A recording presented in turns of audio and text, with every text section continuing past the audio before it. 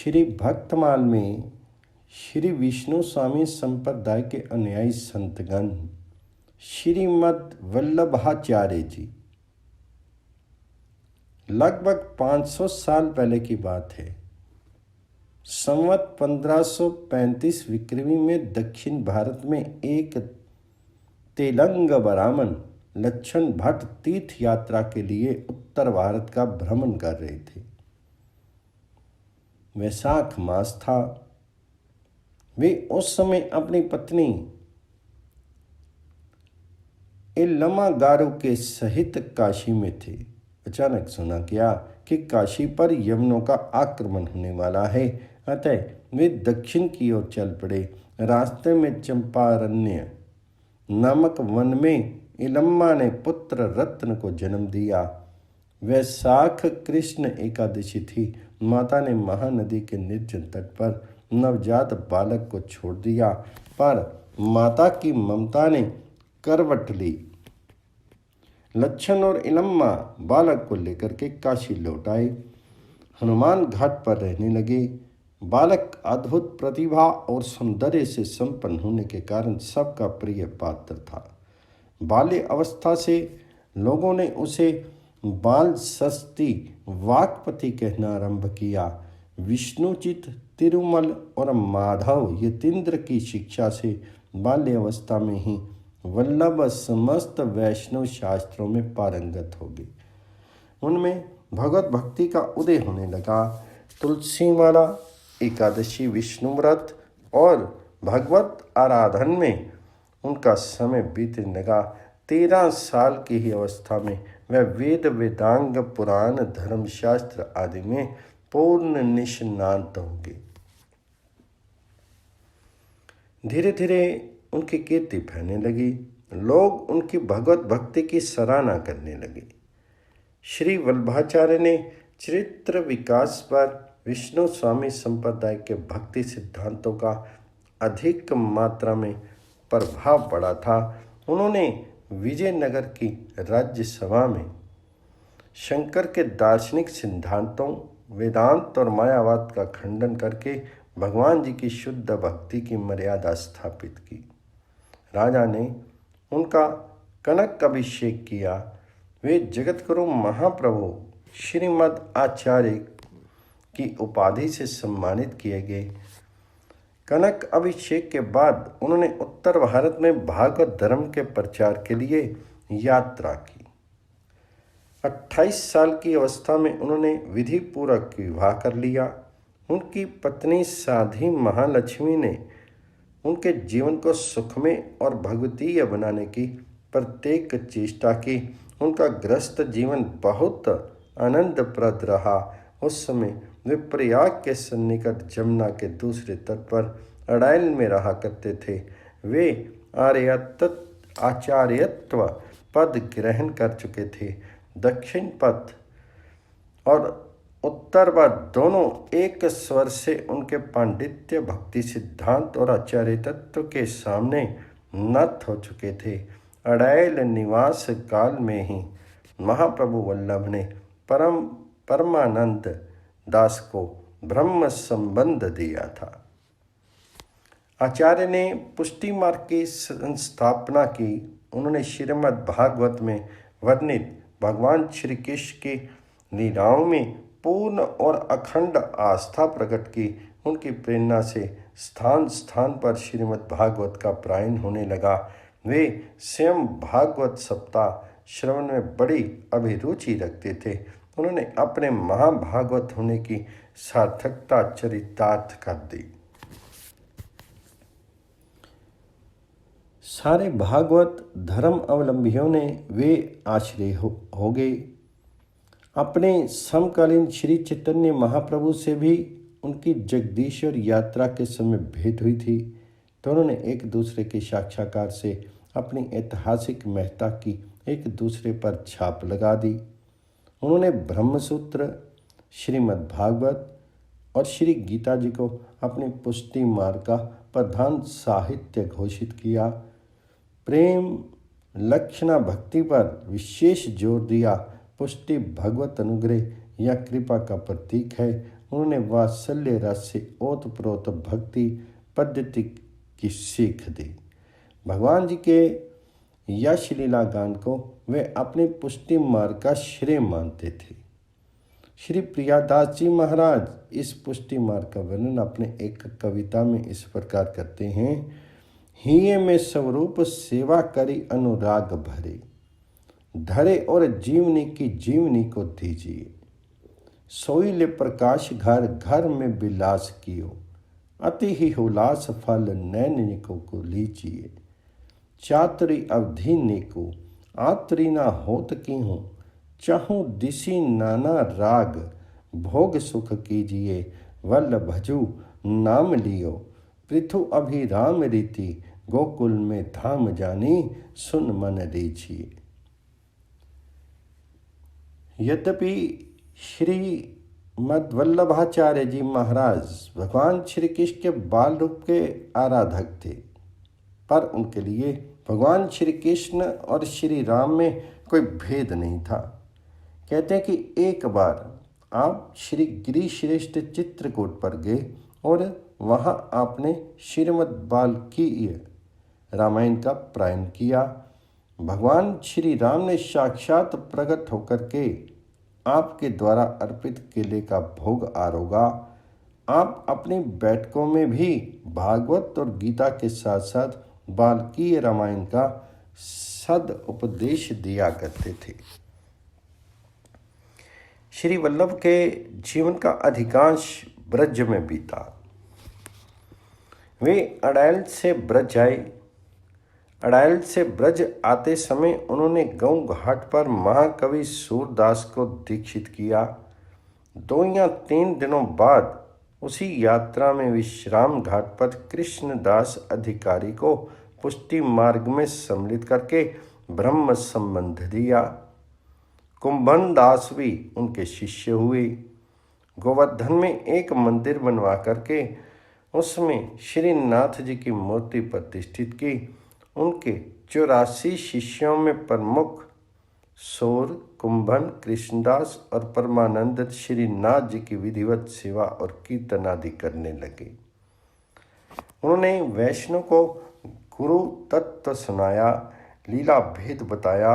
सौर ने उनकी चरण भक्ति से साहित्य में भगवान जी की लीला का सागर उड़ेल दिया। कुंभन दास ने श्री वल्लभ के प्रताप से परमत होकर के सीकरी में लोकपति अकबर का मद मर्दन कर दिया। परम आनंद दास ने परम आनंद सागर की सृष्टि की। श्री कृष्णदास ने कहा, कृष्ण दास गिरिधर के द्वारे, श्री वल्लभ पद रज बल गर्जत। चारों महाकवि उनकी भक्ति कल्पलता के अमर फल थे। एक बार सीधे सीधे संत दर्शन करने के लिए गोकुल में गए। वहाँ जाकर के गोष्ठ में गायों के झुंड का, गोपाल का तथा मंदिरों में बाल कृष्ण की सेवा पूजा और उत्सवों का दर्शन करके प्रेम में मग्न हो गई। फिर उन संत ने एक छोकर के पेड़ पर अपना ठाकुर बटुआ लटका दिया और जाकर के श्री वल्लभाचार्य के दर्शन किए, जिससे उन्हें बड़ा भारी सुख हुआ। फिर आकर के देखा तो ठाकर बटुआ नहीं था। तब वे संत फिर श्री वल्लभाचार्य के निकट गए और बटुआ न मिलने की बात सुनाई। संत को चिंतित एवं उदास देख करके आचार्य ने कहा कि वहीं जाकर देखिए। संत ने जाकर देखा तो छोकर के पेड़ पर अनेकों बटुए लटके हैं। उनका होशवास उड़ गया। फिर आचार्य के पास जाकर बोले, प्रभु वहाँ तो अनेक बटुए हैं। इन्होंने कहा, आप अपना बटुआ पहचान लीजिए। आप तो नित्य सेवा पूजा करते हैं, फिर भी अपने ठाकुर जी को नहीं पहचान सकते हैं। इस घटना से वह संत समझ गए कि ये सब श्री वल्लभाचार्य जी का ही प्रभाव है। उनकी आंखें खुल गई। अपने ठाकुर को पहचानने की अभिलाषा करने लगे। उन्होंने आचार्य से प्रार्थना की कि मुझे वह उपाय बता दीजिए जिससे मैं अपने सेव्य प्रभु के रूप को प्राप्त कर सकूं। आचार्य ने कहा, हृदय से प्रेम करो, भाव भक्ति पूर्वक सेवा किया करो, क्योंकि ये प्रेम मार्ग अति विचित्र और सुंदर है। आप वहां छोकर के वृक्ष पर जाकर देखो। इस बार आकर के उन्होंने देखा तो केवल अपने ही ठाकुर जी दिखाई पड़े। तब तो ये अति आनंदित हुए। उन्होंने ठाकुर जी को हृदय से लगा लिया। उनकी आंखों में आंसू था। आचार्य की कृपा से उन्होंने भक्ति के स्वरूप को जान लिया।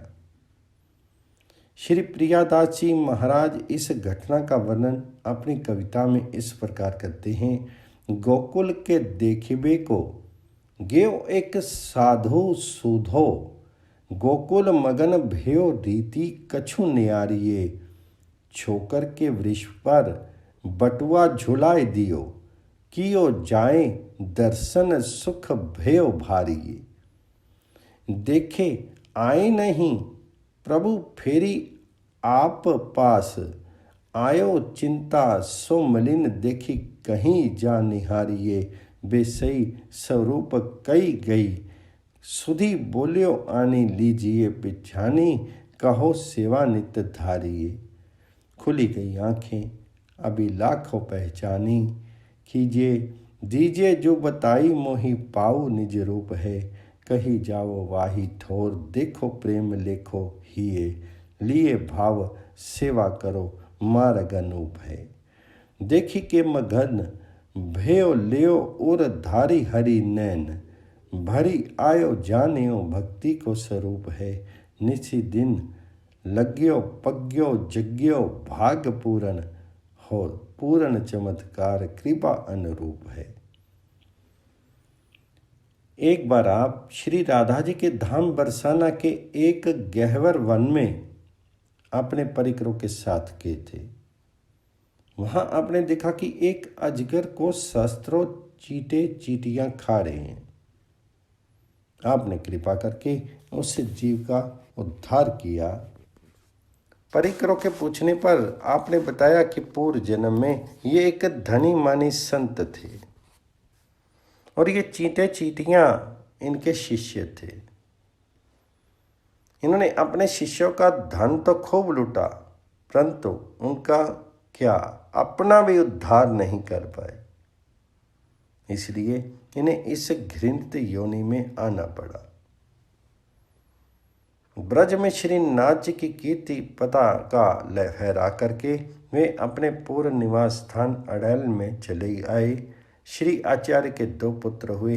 पहले का नाम गोपीनाथ था और दूसरे का नाम श्री विट्ठलनाथ था। उनका पारिवारिक जीवन अत्यंत सुखमय और शांत था। भक्ति प्रचारार्थ अपने संपूर्ण भारतवर्ष की 3-4 बार यात्रा की। इन यात्राओं के दौरान आप जहां जहां ठहरे थे उन्हें बैठक कहा जाता है। उस 3 बार की यात्रा में आपकी 84 बैठकें प्रसिद्ध हैं। एक बैठक आपकी ताम्रपर्णी नदी के तट पर भी है। कहते हैं कि वहाँ के राजा अकाल मृत्यु निवारणार्थ विद्वान ब्राह्मणों की सलाह से स्वर्ण पुरुष का तुला दान कर रहे थे, परंतु डर के मारे कोई भी ब्राह्मण उस दान को लेने में प्रस्तुत नहीं हो रहा था। राजा का ब्राह्मणों के प्रति इस कारण भाव शिथिल हो रहा था। उसी समय श्री वल्लभाचार्य जी महाराज वहां आए और राजा की प्रार्थना पर एवं ब्राह्मणत्व की मर्यादा रखने के लिए उन्होंने दान लेना स्वीकार कर लिया। जब आप उस स्वर्ण पुरुष को ग्रहण करने के लिए आगे बढ़े तो उसने एक अंगुली उठाई। ये देख करके आचार्य चरण ने अपनी 3 उंगलियां उठाई। इस पर उस स्वर्ण पुरुष ने सिर नीचा कर लिया। आचार्य चरण ने उसे ग्रहण करके टुकड़े टुकड़े करा करके सब ब्राह्मणों में बंटवा दिया। ब्राह्मणों के पूछने पर आपने बताया कि स्वर्ण पुरुष एक उंगली दिखा करके पूछता था कि क्या तुम एक बार भी दिन में संध्या करते हो? ईश्वर मैंने 3 उंगलियां दिखा करके उसे बताया कि मैं एक नहीं 3 संध्या नियमित करता हूँ। इस प्रकार आपने संध्या के महत्व का भी प्रतिपादन किया। एक बार की बात है, एक सज्जन शालग्राम शिला एवं प्रतिमा दोनों की एक साथ ही पूजा कर रहे थे, परंतु उनके मन में भेदभाव था। वे शिला को अच्छी एवं प्रतिमा को निम्न श्रेणी की समझते थे। आचार्य ने उन्हें समझाया कि भगवत विग्रह में इस तरह की भेदभावना नहीं रखनी चाहिए। इस पर वे सज्जन बिगड़ खड़े हुए एवं अकड़ करके प्रतिमा की छाती पर शालग्राम को रख करके रात में पधरा दिया।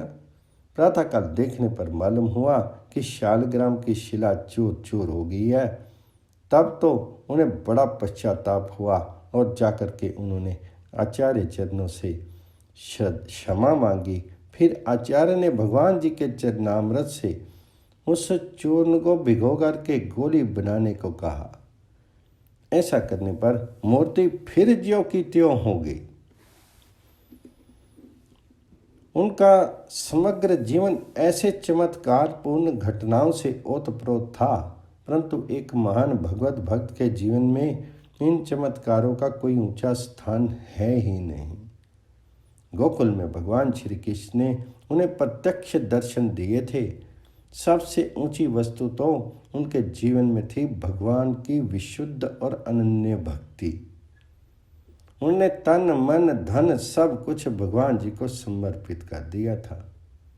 एक बार भोगों के लिए द्रव्य का अभाव देख करके उन्होंने सोने की कटोरी गिरवी रखवा करके भगवान जी के सामने भोग उपस्थित किया। उन्होंने स्वयं प्रसाद नहीं लिया। 2 दिन के बाद द्रव्य आने पर प्रसाद लिया। वैष्णव के पूछने पर उन्होंने कहा, कटोरी ठाकुर जी को पूर्व समर्पित थी, उनके भाग का प्रसाद लेना महापातक है।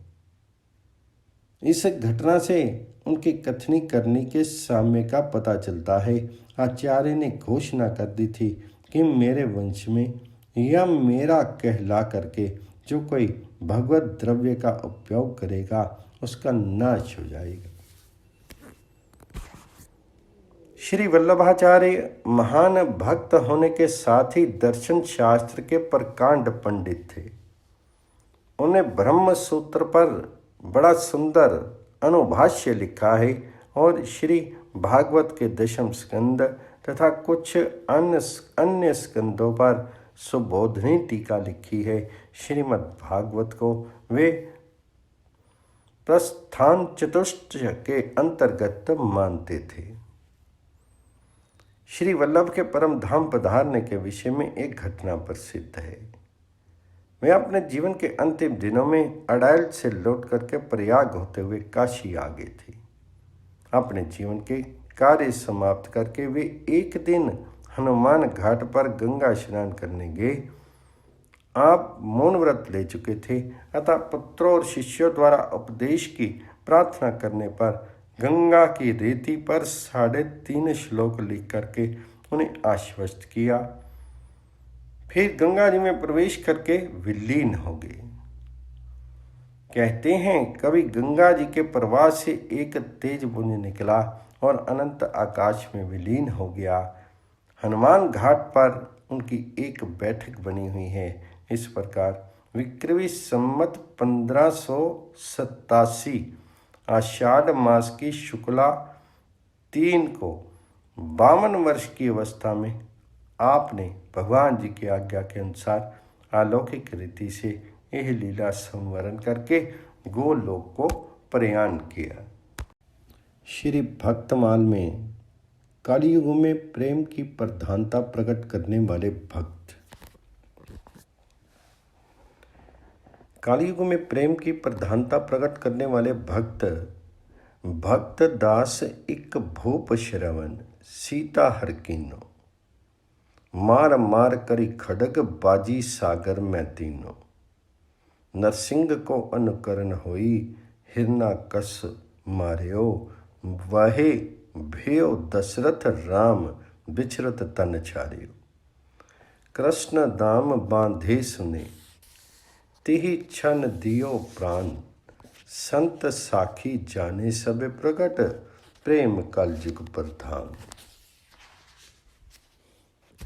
सभी लोग जानते हैं और संतजन इस बात के साक्षी हैं कि कलयुग में केवल प्रेम से ही भगवान प्रकट होते हैं, अतः प्रेम ही प्रधान है। भक्तों का दास कुलशेखर नाम का एक राजा था।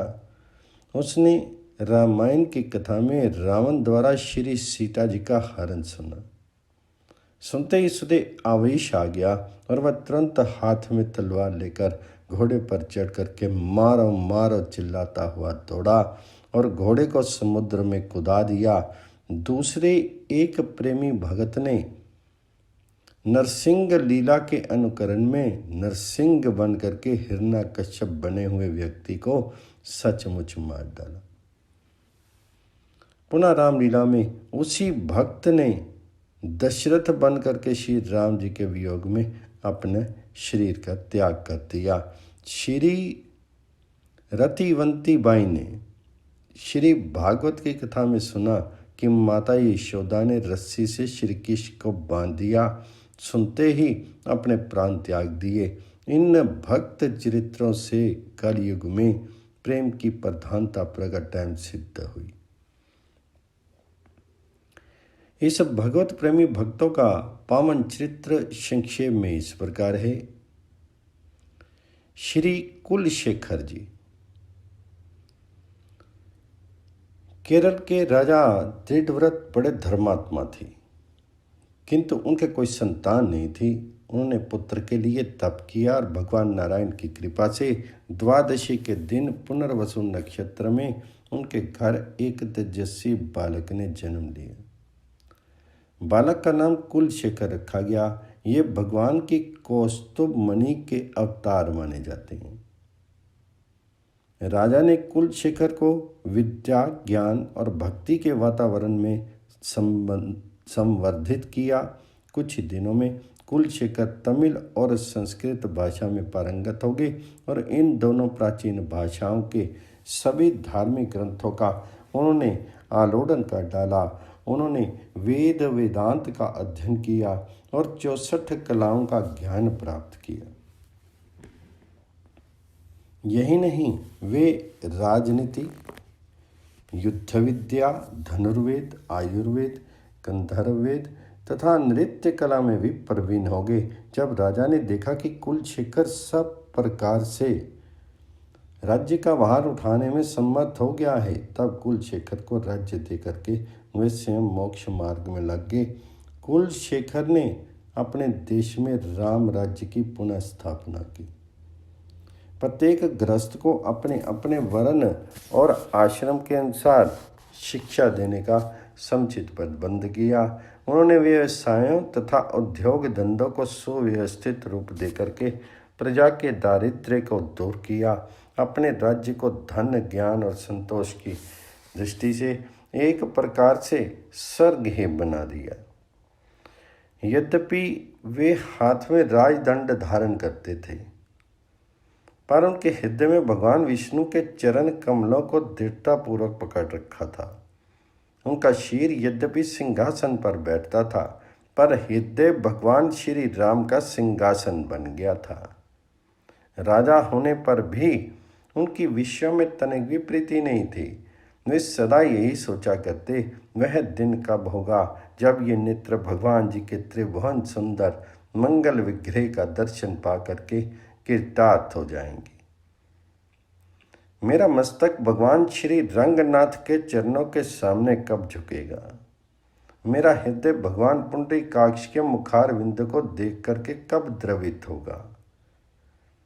जिनकी इंद्रादि देवता सदा स्तुति करते रहते हैं, ये नेत्र किस काम के हैं यदि इन्हें भगवान श्री रंगनाथ और उनके भक्तों के दर्शन नहीं प्राप्त होते।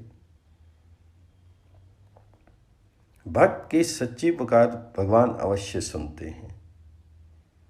एक दिन रात्रि के समय भगवान नारायण अपने दिव्य विग्रह में भक्त कुलशेखर के सामने प्रकट हुए। कुलशेखर उनका दर्शन प्राप्त करके शीर की शुद्ध बुद्ध भूल गए। उसी समय से उनका एक प्रकार से काया पलट हो ही गया। वे सदा भगवत भाव में लीन रहने लगे। उनका सारा समय सत्संग, कीर्तन, भजन, ध्यान और भगवान जी के अलौकिक चरित्रों के श्रवण में ही व्यतीत होता। उनके इष्ट देव श्री राम थे और वे दास्य भाव से उनकी उपासना करते थे। एक दिन वे बड़े प्रेम के साथ श्री रामायण की कथा सुन रहे थे।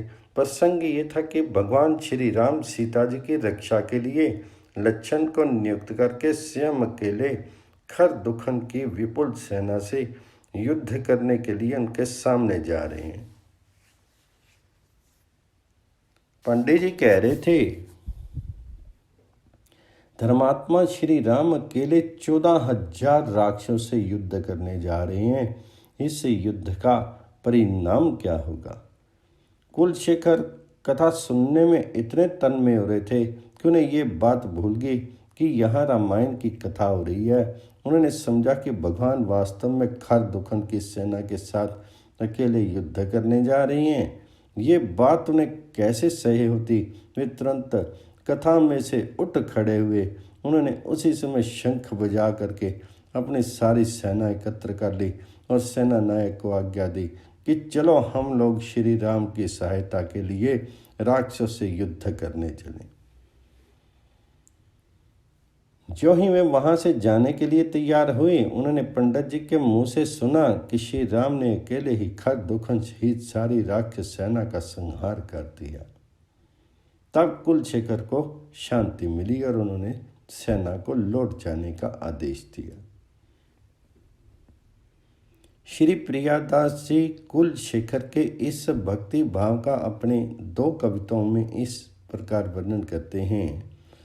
संत साखी जाने कली काल में प्रगट, प्रेम बढ़ोई असंत जाके भक्ति में अभाव है। हो तो एक भूप राम रूप तत्पर, महाराम ही की लीला गुण सुने करी भाव है। विप्र जो सुनावे, सीता चोरी को न गावे, हियो खरो भरी आवे, वह जानत स्वभाव है। परयो द्विज दुखी निज, सुवन पठाई दियो, जाने न सुनायो भरमायो कियो खाव है। मार मार करी कर खडग निकासी लियो, दियो घोरो सागर में सो आवेश आयो है। मारो याही काल दुष्ट रावण बिहाल करो, पावन को देखो सीता भाव त्रिग छायो है। जानकी रवन दो दर्शन दियो आनी बोले, बिन प्राण कियो नीच फल पायो है। सुनी सुख भयो गयो शोक हृदय दारुण जो, रूप को निहारी नेयो फेरी के जीवायो है। भक्ति का मार्ग भी बाधाओं से शून्य नहीं है। मंत्रियों और दरबारियों ने जब ये देखा कि महाराज राजकाज को भुला करके रात दिन भक्ति रस में डूबे रहते हैं और उनके महल में 24 घंटे भक्तों का जमाव रहता है, तब उन्हें ये बात अच्छी नहीं लगी। उन्हें सोचा कोई ऐसा उपाय रचना चाहिए जिससे राज्य का इन भक्तों की ओर से मन फिर जाए। परंतु ये कब संभव था? एक दिन की बात है। राज्य के रत्न भंडार से एक बहुमूल्य हीरा गुम हो गया। दरबारियों ने कहा, हो ना हो ये काम उन भक्त नामधारी धूर्तों का ही है। तो राजा ने कहा, ऐसा कभी हो नहीं सकता। मैं इस बात को प्रमाणित कर सकता हूँ कि वैष्णव भक्त इस प्रकार का आचरण कभी नहीं कर सकते। उन्होंने उसी समय अपने नौकरों से कहकर के एक बर्तन में बंद करा करके एक विषधर सर्प मंगवाया और कहा, जिस किसी को हमारे वैष्णव भक्तों के प्रति संदेह हो वह इस बर्तन में हाथ डाले। यदि उसका अभियोग सत्य होगा तो सांप उसे काट नहीं सकेगा। उन्होंने ये भी कहा, मेरी दृष्टि में वैष्णव भक्त बिल्कुल निरपराध है, किंतु यदि वे अपराधी हैं तो सबसे पहले इस बर्तन में मैं हाथ डालता हूँ। यदि ये लोग दोषी नहीं हैं तो सांप मेरा कुछ भी नहीं बिगाड़ सकता। यूँ कह करके उन्होंने अपना हाथ झट उस बर्तन के अंदर डाल दिया और लोगों ने आश्चर्य के साथ देखा कि सांप अपने स्थान से हिला भी नहीं। वह मंत्र मुग्ध की भांति ज्यों का त्यों बैठा रहा। दरबारी लोग इस बात पर बड़े लज्जित हुए और अंत में वह हीरा भी मिल गया। इधर कुलशेखर तीर्थ यात्रा के लिए निकल पड़े और अपनी भक्त मंडली के साथ भक्त भजन कीर्तन करते हुए भिन्न भिन्न तीर्थों में घूमने लगे। वे कई वर्षों तक श्री रंग क्षेत्र में रहे।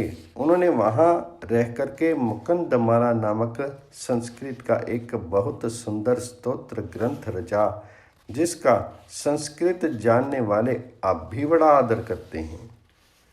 इसके बाद ये तिरुपति में रहने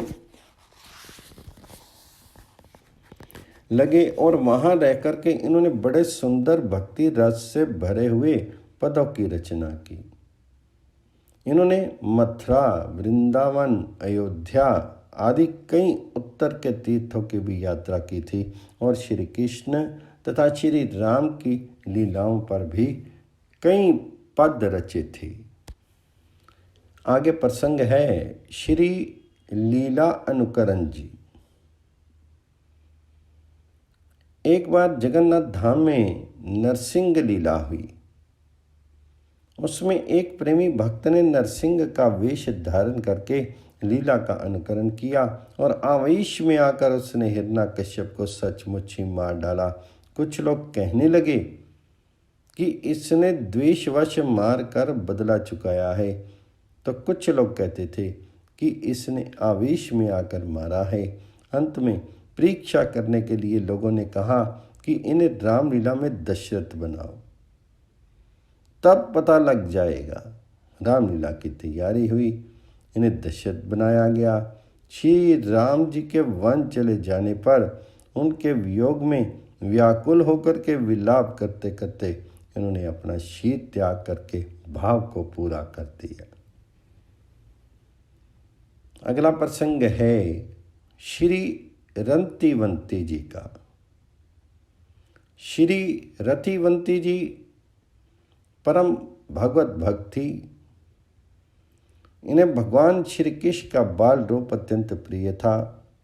ये प्रतिदिन बड़े ही श्रद्धा और प्रेम से यशोदानंदन की पूजा करती और हर समय उनके भोग की सामग्री जुटाने में ही लगी रहती। ये चाहे कोई भी काम करती, परंतु मन इनका हर समय नंद नंदन के ध्यान में ही निमग्न रहता था। श्री कृष्ण चरित्र की कथा कहीं भी होती तब पूजा के अतिरिक्त सारा काम छोड़ करके ये दौड़ती हुई चली जाती। कथा अत्यंत श्रद्धा भक्ति से ध्यानपूर्वक सुनती और अंत में सबके चले जाने पर ही वहाँ से उठती थी। एक दिन की बात है, ब्रजेंद्र नंदन श्री कृष्णचंद्र के लिए वे भोग सामग्री तैयार कर रही थी, अतः कथा सुनने ये नहीं जा सकी। इन्होंने उस समय अपने पुत्र को कथा सुनने के लिए भेज दिया। उस दिन उखल बंधन लीला का प्रकरण था। बच्चे ने लौट करके अपनी माता से सारी कथा संक्षेप में इस प्रकार सुना दी। ब्रज बालाओं ने श्री कृष्ण की माखन चोरी की शिकायत नंद रानी से पहले ही कर दी थी। एक दिन यशोदा ने स्वयं अपनी आंखों से कन्हैया को माखन चुराते और उसे ग्वाल बालों तथा बंदरों में वितरण करते देख लिया। इस पर मैया क्रोधित हो गई और उसने सुकुमार कन्हैया को पकड़ करके उखल से बांध दिया। श्री कृष्णचंद्र के उखल में बांधने की बात सुनते ही श्री रतिवंती जी अधीर होगी वे दुख से घबरा उठी और उन्होंने तुरंत अपने प्राण छोड़ दिए। नश्वर देह छोड़ते समय उनके मुंह से इतना ही निकला था कि यशोदा रानी सरीखी निष्ठुर स्त्री जगत में नहीं होगी। उसने कुसुम सुकुमार कन्हैया को उखल से श्री प्रियादास जी ने श्री लीला अनुकरण जी और श्री रतिवंती जी के इस भगवत प्रेम का अपनी एक कविता में इस प्रकार वर्णन किया है। नीलाचल धाम तहाँ लीला अनुकरण भयो, नरसिंह रूप धरी सांचे मारी डार्यो है। कौ कहे द्वेष कौ कहत आवेश तो, पे करो दशरथ की और भाव पूरो पार्यो है। हुति एक बाई कृष्ण रूप सो लगाई, मति कथा में न आई, सुत सुनी कहो धार्यो है। बांधे जसुमती सुनी औरे भई गति करी, दई साची रति तन तज्यो मन वार्यो है।